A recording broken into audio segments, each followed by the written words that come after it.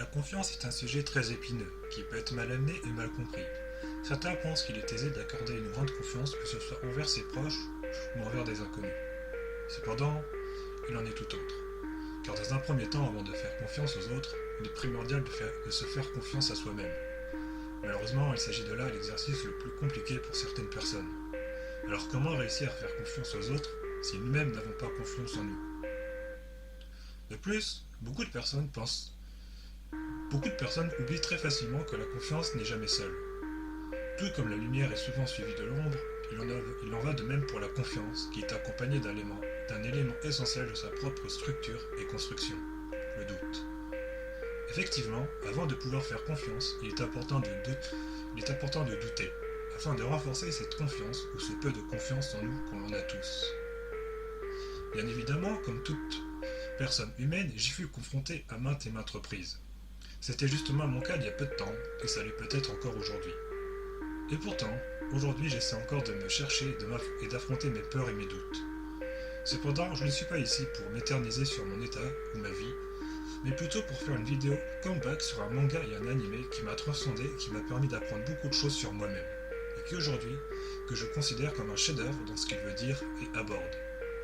Et pourtant, son postulat de base est vu et revu depuis des années, que ce soit au cinéma avec Marvel et son forcing de la licence, ou encore dans l'immensité de l'univers d'ici, qui tant bien que mal essaie de se hisser au niveau de son concurrent. Ou encore avec des animés phares comme My Hero Academia ou bien One Punch Man. Oui, vous l'avez bien compris, aujourd'hui on va parler d'un manga et d'un animé qui parlent de super-héros, mais qui n'est ni One Punch Man, ni My Hero Academia et ni Tiger and Bunny, mais qu'il s'agit de Shai. Bon, après ce long monologue sur moi et cette longue intro, bienvenue sur le renouveau de ma chaîne qui parle de manga et d'animé. Bienvenue sur Steam Manga, une émission qui parle de manga et d'animé, tel un engrenage de la vie qui nous permet d'avancer et de nous surpasser. Aujourd'hui, on parle de Shai de Bukimi Miki.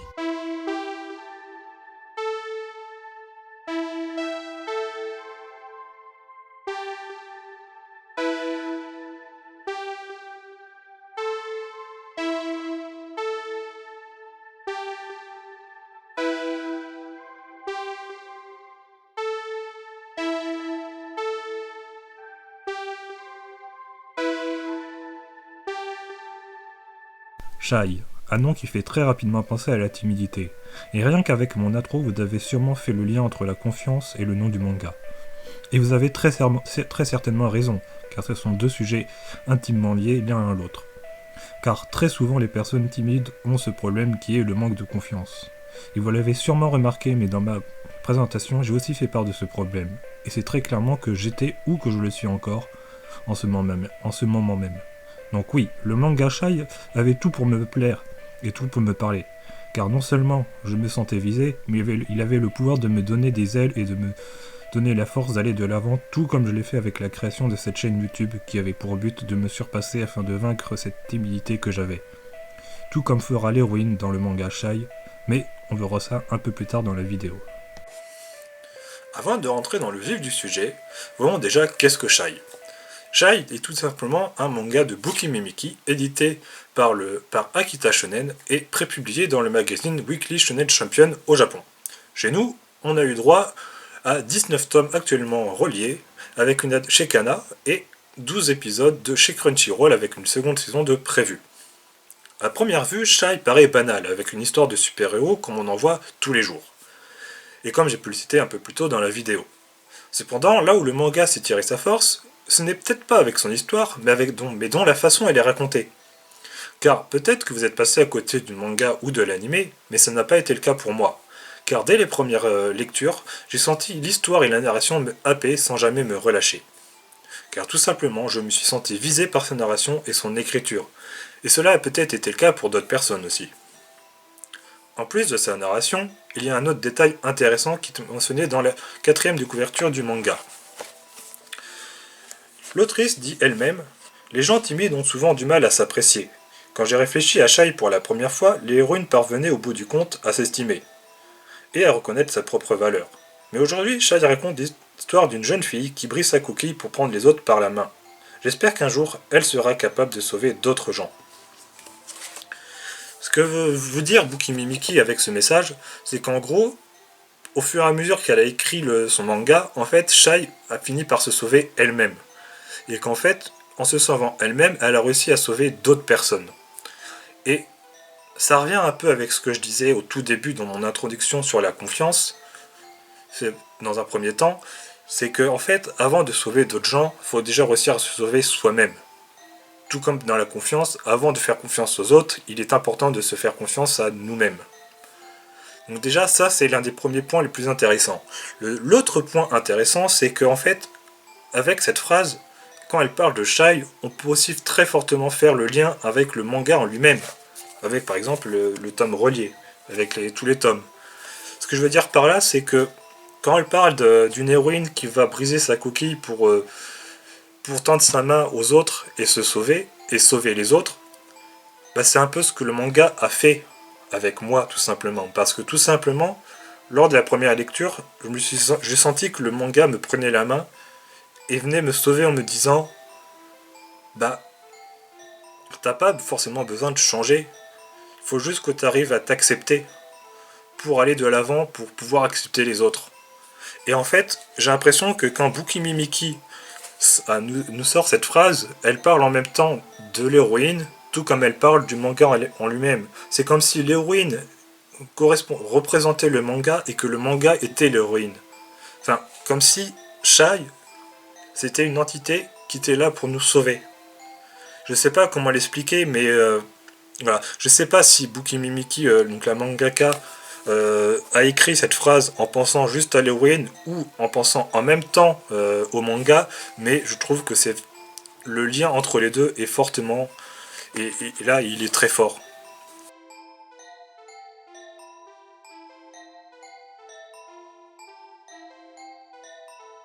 Maintenant qu'on a vu l'origine du manga, on va enfin pouvoir parler du manga en lui-même. Tout d'abord, que raconte Shai? Je vais vous lire du coup vite fait le synopsis, puis j'ai essayé de détailler d'aller un peu plus loin que le synopsis. Pour pouvoir commencer à parler ensuite, dans les prochaines parties, de la partie la plus importante du manga et dont j'ai envie de parler dans la vidéo. Donc voici le synopsis. Notre monde aura besoin d'elle. Dans chaque pays, il existe un héros prêt à sauver le monde. L'héroïne du Japon est une grande timide et n'est pas très populaire. Pourtant, Shai fait de nombreux efforts et elle est prête à risquer sa vie pour sauver toute personne qui se trouve en danger. Mais Shai devra surtout trouver la confiance en elle nécessaire pour affronter la plus grande menace qui pèse sur la planète. Voilà, ça c'est le synopsis de base on va dire, du premier tome et globalement du manga. Mais comme vous l'avez compris, en fait, Shai parle c'est un manga de super-héros. Qui dit super-héros dit vilain ou super-vilain. Tout comme My Hero Academia et One Punch Man, il y aura forcément des super-vilains. Et ce côté super-vilain, vous allez voir un peu plus tard, a une très très grande importance dans la narration du manga. Mais j'y reviendrai un peu plus tard. On arrive sur la prochaine partie.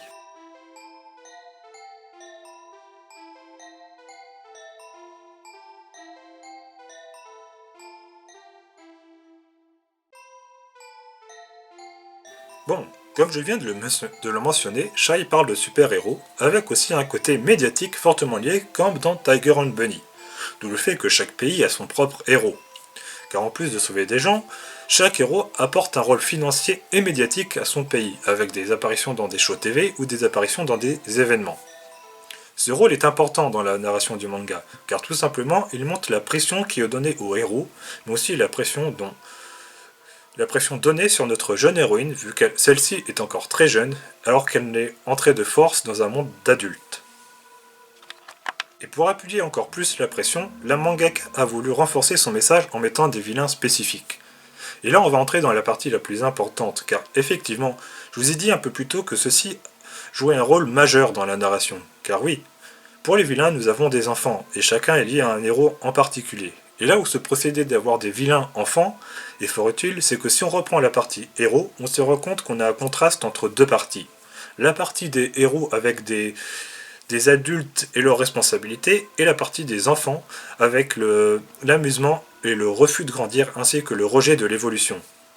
Mettez au milieu de ça le rôle de Shai, qui elle vient à peine de rentrer dans le rôle d'une héroïne, donc dans le monde des adultes, mais qui est encore une enfant. On voit directement le sujet du manga et le lien avec le monde réel. Doit-on grandir sans garder son âme d'enfant et rentrer dans le monde adulte sans s'amuser, ou doit-on éviter les responsabilités et jouer sans arrêt? Tel est vraiment le message du manga, mais vous allez me dire, mais où est le rapport avec la timidité? Mais ne vous inquiétez pas, j'y arrive. La timidité de Shai est aussi fortement liée à ce thème, car comme je l'ai affirmé, Shai se retrouve entre deux mondes, les adultes et les responsabilités, et les enfants et le rejet de grandir. Seulement, comment veux-tu évoluer dans ce monde alors que toi-même tu es timide et que tu n'as que très peu de valeurs personnelles? Pourtant, c'est tout au long du récit du manga qu'on va s'apercevoir que Shai va grandir tout en gardant son âme jeune et d'enfant, malgré dans le monde dans lequel elle se trouve. Et c'est avec cet état d'esprit que Shai va grandir et s'accepter avec l'aide des héros qui l'accompagnent face aux diverses complications qui vont lui arriver. Pour finir, le manga n'est pas juste un manga de super-héros contre des vilains, il va au-delà de ce qu'il montre, il va au-delà des limites du shonen, il va au-delà de l'histoire qu'il veut raconter. Il est là pour montrer que tout comme Shai, nous aussi, malgré nos défauts, nos peurs, nos limites, nous aussi on peut avancer, nous aussi on peut se surpasser et aller au-delà de nos limites.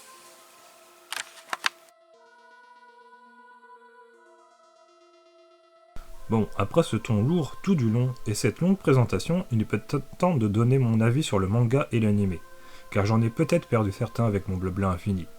C'est pour cela que pour la première de l'émission, Steam Manga, je fais appel à mon plus brave assistant qui lui vous parlera de son avis sur l'anime par rapport au manga. Enfin, comme il n'est pas doté de parole, je vais retranscrire quand même ses pensées de vive voix. Vous êtes prêts? Bienvenue dans le Steamy Time. Bon, déjà, avant de parler de ce qu'on a pensé de l'anime, ou ce qu'a pensé Steamy de l'anime, faisons un point sur le staff de l'anime. Donc, c'est un anime de 12 épisodes créé par le studio 8-Bit. Il retrace les 4 premiers tomes du manga, c'est-à-dire jusqu'à l'arc Pépécha, et il est réalisé par Masanahiro Ando et scénarisé par Yasunhiro Nakanishi. Maintenant, après avoir vu le staff et ce qui se passe globalement dans l'anime, on va pouvoir commencer à énumérer les points forts. Alors, il n'y aura pas vraiment de points faibles, parce que comme vous l'avez remarqué, Shai pour moi c'est un énorme coup de cœur, donc j'ai pas trouvé de choses à dire. Je suis trop objectif sur le manga et sur l'anime pour pouvoir donner des points négatifs, malheureusement. J'en suis désolé. Ce sera à vous de faire votre propre vision sur le manga ou l'anime si vous allez le commencer ou si vous l'avez déjà vu. Bon, on va pouvoir commencer tout de suite avec les premiers points forts. Premier point fort, je trouve que les émotions, donc que ce soit de Shai ou des autres personnages, sont très bien retranscrites dans l'anime, donc c'est plutôt cool. Certains passages du manga ont bien été mis en avant, par exemple des passages forts, comme par exemple au moment où Shai va aller sauver les gens dans le Grand 8 et qu'elle va se prendre le wagon en plein ventre. Dans le manga, c'était vraiment très très très visuel, et ça l'était tout autant dans l'anime, donc ça c'est plutôt cool.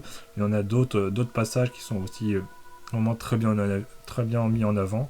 J'essaierai de voir si je pourrais pas mettre des images du coup de ce passage là pour que vous voyez de quoi je parle.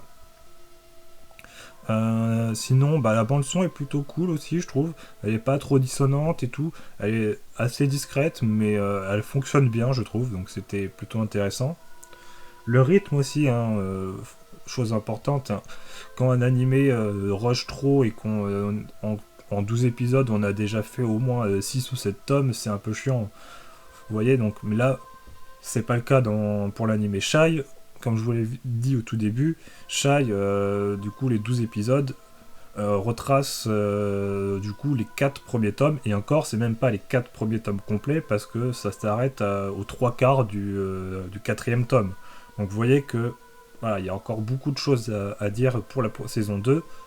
Peut-être une saison 3 aussi qui serait en production, je ne sais pas. Mais en tout cas, ça promet du lourd pour la prochaine saison, et ça c'est plutôt cool.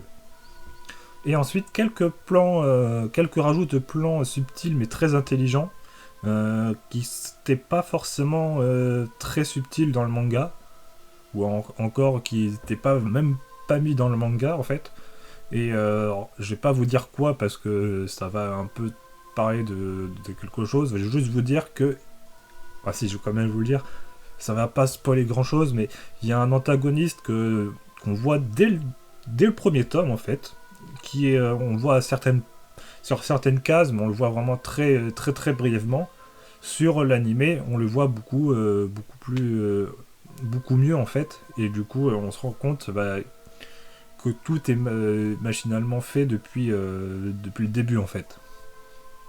Et il y a même un moment où en fait le plan on le voit pas dans le manga, mais justement ça a été rajouté dans l'animé, et ça je trouve ça plutôt intéressant.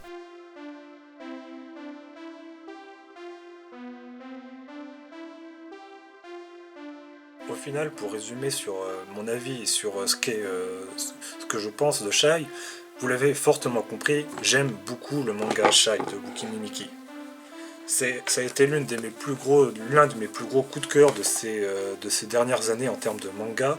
Maintenant, je le suis tout le temps, je suis la mangaka sur Twitter. Enfin, ça a été vraiment un gros riff, ça a été vraiment une grosse claque en termes de narration, en termes de plein de choses. Vous l'avez sûrement compris tout le long de la vidéo. Mais Shai est pour moi l'un de mes mangas de super-héros favoris. Et je sais pas si vous l'avez compris, que vous allez le comprendre, mais techniquement, Shai est un manga de super-héros qui, pour le coup, est différent des autres mangas de super-héros qui veut aller plus loin que de ce qu'il essaye de dire.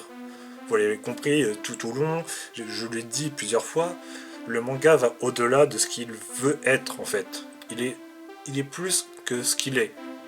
Et c'est pour ça que j'ai beaucoup du mal à trouver des points négatifs sur le manga et à critiquer des points sur le manga. Il y a peut-être potentiellement beaucoup de choses à dire sur le manga. Dans les critiques que j'ai vues la plupart du temps, les gens critiquaient le fait que que l'héroïne était beaucoup trop chiante, beaucoup trop timide, c'était pas intéressant. Mais en même temps, comment on peut en vouloir en fait avec le thème principal de ce manga qui est la timidité et la confiance, avoir un personnage qui est timide et qui n'a pas confiance. Ça reste complètement cohérent et ça va dans le sens en fait où ça devrait aller. Donc au final, est-ce que c'est vraiment un point négatif? Non, je ne pense pas. Ensuite, même pour l'animé, tu vois, on aurait pu dire que l'animation est mid-tier parce que bon, c'est 8-bit Studio et 8-bit Studio, ils n'ont pas fait des gros hits, c'est pas 8 Studio, c'est pas Mappa, c'est pas ce genre de studio, mais l'animation reste quand même très cool et tout. C'est pour ça que j'ai pas vraiment beaucoup de points négatifs à dire. Bref, je vais pas encore m'attarder trop dessus, j'en ai déjà beaucoup dit. J'espère que vous avez compris à quel point j'aimais ce manga et à quel point ce manga méritait et mérite encore qu'on s'attarde dessus pour plusieurs choses dont j'ai déjà parlé dans la vidéo. Mais voilà. Shai est vraiment un manga qui est à part des autres mangas de super-héros. Et j'ai l'impression qu'on rentre dans une ère en fait où le manga de super-héros commence un peu à s'extirper de son format super-héros, son format comics en fait, qui juste raconte un combat contre des héros, contre des vilains, ce genre de choses. Par exemple, actuellement, la saison où on en est, on a un nouveau manga de super-héros, enfin un nouvel animé de super-héros qui est déjà actuellement 8 tomes, qui est No Longer Rangers, qui lui aussi essaye de dire autre chose que de passer du héros qui essaye de vaincre le super vilain et ce genre de choses. Et c'est ce genre de choses, d'initiative que je trouve qui est vraiment très cool à suivre et à voir au fur et à mesure des années. C'est l'évolution des thèmes et l'évolution des choses. Tout comme on avait par exemple les animés et les mangas de héros qui vont battre le dieu du mal, le dieu maléfique, ce genre de choses. On a eu d'autres, on a eu un manga qui s'est complètement extirpé, qui aujourd'hui est considéré comme l'un des meilleurs animés de tous les temps. Je parle bien sûr de Frieren. Enfin, c'est ce genre de coquille brisée qui arrive et qui fait plaisir à voir dans la sphère de l'animation et dans la sphère du manga, de la Japanimation. Et j'espère qu'on en aura encore plus, parce que c'est ce genre d'initiative en fait qui dit bah, on n'a pas tout vu, on n'a pas tout exploré. et on a encore un long chemin à faire dans l'exploration de ce genre d'univers et dans les autres genres d'univers. Voilà. Donc, c'était un peu ma conclusion sur Shai, sur le manga Shai et son animé et ce genre de choses. C'est une vidéo que je voulais faire depuis très longtemps. Depuis le premier tome de la sortie, je voulais faire une vidéo, mais je voulais pas faire juste une vidéo qui parle de oui, bon bah voilà, Shai, voilà, Shai c'est bien pour ça, voilà. Je voulais faire une vidéo qui change un peu, tout comme le manga brise sa coquille et va au-delà de ses limites. Je voulais faire une vidéo qui va au-delà de mes limites et qui dit d'autres choses plutôt que juste une review du manga et de l'animé. Je voulais vraiment faire une vidéo qui un peu plus personnelle, un peu plus lourd, qui va un peu plus en profondeur sur ce que veut dire le manga et ce que j'en ai ressenti. Voilà. Et c'est un peu dans cette lignée-là que j'aimerais faire mes prochaines vidéos Steam Manga, parce que ce sera pas la dernière vidéo manga animé, il y en aura sûrement d'autres. Alors par contre, bon, j'ai pris un peu de temps à faire cette vidéo, j'ai pris vraiment le temps, j'ai tout fait de A à Z, il n'y a pas un seul truc où en fait c'est une autre personne qui l'a fait, j'ai vraiment fait tout de A à Z, que ce soit la musique, le montage, l'écriture, parce que tout a été écrit, donc ça fait au moins 6-7 pages, bref. Voilà, j'ai voulu vraiment faire tout de mon côté, prendre le temps, trouver des trucs trouver une cohérence entre, par exemple, les layouts, entre le logo, entre la musique, faire en sorte qu'il y ait une ambiance qui se dégage de cette vidéo. C'est pour ça que voilà, donc là, j'ai pris un peu de temps, donc je pourrais pas vous dire quand est-ce qu'il y aura un autre Steam Manga. À côté, je continuerai quand même de faire des vidéos sur des jeux vidéo, hein, sur Grand Blue Fantasy, puisqu'il y aura des news prochainement, sur Sandland, enfin sur d'autres jeux. Mais j'ai quand même l'intention de reprendre les vidéos manga, parce que c'est quelque chose que j'aimais beaucoup faire, et que là, avec la nouvelle on va dire, façon de faire mes vidéos, je pense que j'ai trouvé ce que je voulais vraiment faire et ce que je voulais montrer dans mes vidéos. Et j'ai envie d'approfondir encore plus, d'avancer, voilà. Encore une fois, je me suis un peu trop éternisé sur cet outro. Si donc, voilà. J'espère que la vidéo vous a plu. J'espère que je vous ai donné envie de lire et de voir l'anime Shai. Donc lire le manga et voir l'anime. Si c'est le cas, bah tant mieux. Que ce soit une, deux, trois ou 5 ou 100 ou je ne sais combien de personnes à qui j'ai tenté de faire comprendre qu'est-ce que Shai, bah ce sera déjà ça, ce sera déjà un gros pas en avant par rapport à cette vidéo. Voilà. Moi je vous dis à bientôt pour de nouvelles vidéos. Bye tout le monde, c'est Tsumanim. Allez, à la